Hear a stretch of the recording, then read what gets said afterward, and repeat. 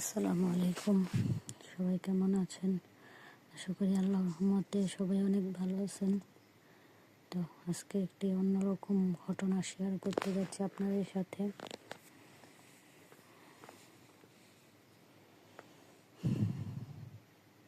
একজন এই ঘটনাটি লিখে পাঠিয়েছে আমাকে পড়ে শোনানোর জন্য, তো এইভাবে আপনাদেরকে পড়ে শোনাচ্ছি। সেটি ঘটেছিল আরও অনেক বছর আগে, ময়মনসিংহের ভালুকা উপজেলার মেদিলা গ্রামে।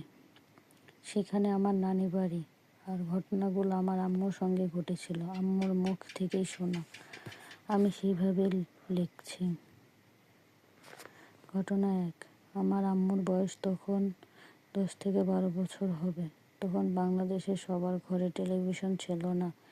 দেখা যেত একটা গ্রামে বা পাড়ায় হাতে গোনা 2-4টা ঘরে টেলিভিশন থাকতো।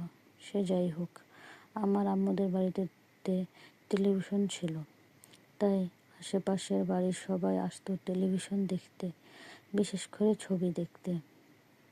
তখন আলিফ লায়লা অনুষ্ঠানটি খুব জনপ্রিয় ছিল। তো একদিন রাতে আম্মু বাথরুমে যাবে, তাই আমার ছোট মামাকে সঙ্গে করে নিয়ে যায়। আগের সময়ের বাথরুমগুলো বাড়ি থেকে কিছুটা দূরে হওয়া এবং রাতে হওয়াতে আম্মু মামাকে সঙ্গে নিয়ে বাইরে পাহারা দেওয়ার জন্য আম্মু একটি হারিকেন জ্বালিয়ে ভেতরে যায়। ওই সময় আবার আলিফ লায়লার অনুষ্ঠান শুরু হবে, তাই পাড়া সব ছেলে পেলে দল বেঁধে আসছিল আম্মুদের বাড়িতে। মামা তখন তাদের দেখে তাদের সঙ্গে গিয়ে বসে পড়ে টেলিভিশন দেখতে। ওই দেখে আম্মু একা বাথরুমে ছিল, মামা আর মনে ছিল না। আম্মু যখন বাথরুম শেষ করে বাইরে আসতে যাবে, তখন শুনতে পায় অনেকগুলো ঘোড়ার পায়ের শব্দ। শব্দটা শুনে আম্মু অনেক অবাক হয় আর ভয় পায়। তখন আম্মু ভেতরে থেকে মামাকে ডাক দেয়, কিন্তু মামার কোনো সাড়া শব্দ ছিল না। আম্মু তখন অনেক ভয় পেয়ে যায়। ঠিক তখনই অনেকগুলো ঢিল আম্মুর সামনে পড়তে থাকে, কিন্তু কোনো ঢিলই আম্মুর শরীরে লাগে না, আশেপাশে পড়ে। আম্মু ভয়ে চিৎকার দিয়ে দৌড়ে বাড়িতে যায় আর অজ্ঞান হয়ে যায়। সেদিন সারা রাত আম্মুর জ্বর থাকে। পরের দিন আম্মু নানাকে সব খুলে বলে। নানা আম্মুকে একা কোথাও যেতে মানা করে আর হালকা কিছু ঝাড়ফুঁক করে দেয়।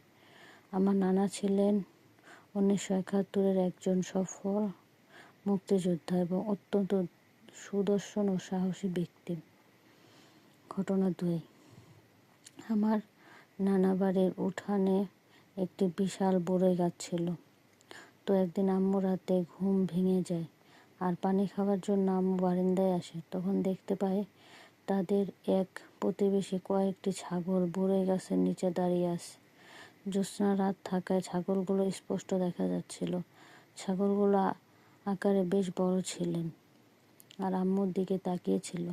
হঠাৎ ছাগলগুলো বড়ই খাওয়া শুরু করলে আম্মু খুব রাগ হয় ওই প্রতিবেশীর উপর, যে এত রাতে ছাগলগুলোকে বেঁধে না রেখে ছেড়ে দিয়েছে, আর এখন অনেক গাছের বড়ই খাচ্ছে। আম্মু ছাগলগুলো তাড়াতে যাবে ভেবেই যেই না দরজা খুলে বাইরে বেরোতে লাগলো, অমনি নানা আম্মুর হাত ধরে ঘরে নিয়ে যায়।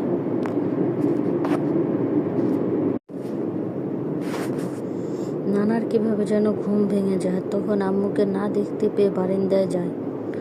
নানা দেখে আম্মুকে ছাগল তাড়াতে না দিয়ে ঘরে নিয়ে আসলে জিজ্ঞেস করলেন। নানা বললেন, অসময় সব দেখা জিনিস সত্য হয় না, কিছু ছলনাও থাকে। আম্মু তখন কিছুই বুঝতে পারে না, নানার কথা মতো ঘুমিয়ে পড়ে। পরের দিন খুব সকালে আম্মু আর নানা ওই প্রতিবেশীর বাড়িতে গিয়ে জিজ্ঞেস করেন যে মাঝরাতে তাদের ছাগল বাইরে থাকে কেন।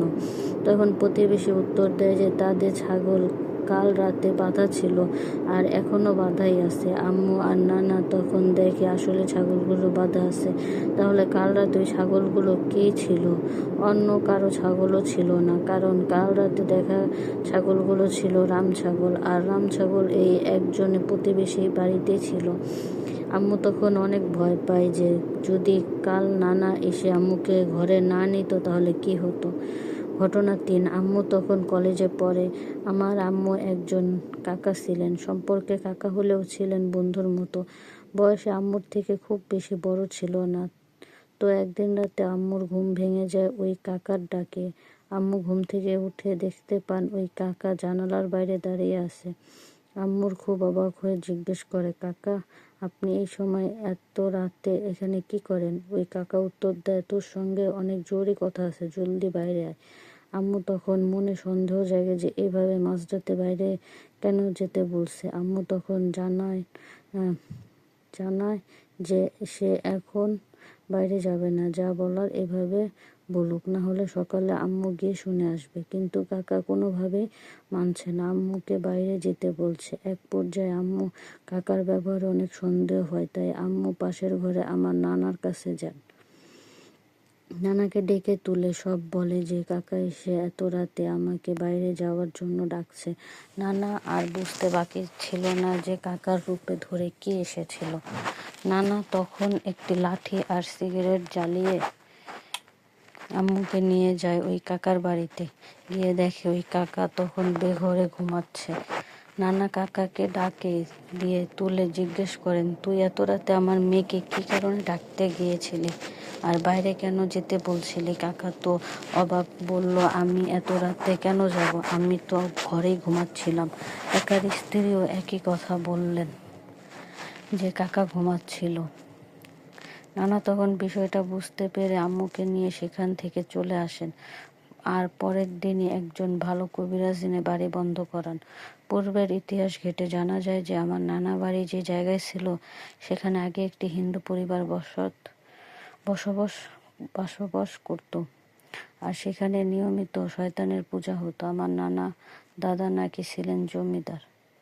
আমার নানার ফুপুরা নাকি একদিন ওই হিন্দু বাড়ির পাশে পুকুরে গোসল করতে গেলে হিন্দুরা অপমান করে তাড়িয়ে দেয়। তখন আমার নানা দাদা এক রাতে ওর মধ্যে ওই বাড়ি সহ পুকুরের জায়গা জমি কিনে নেয় আর তাদের বাড়ি ছাড়া করেন। এরপর থেকে সবাই ওই বাড়িতে থাকতো। আমার নানারা ওইখানেই থাকা শয়তানগুলো আমার নানা সহ নানার পরিবারের সবাইকে নানা রকমভাবে ক্ষতি করতে চেয়েছিল, কিন্তু কোনো এক অজানা কারণে পারেনি।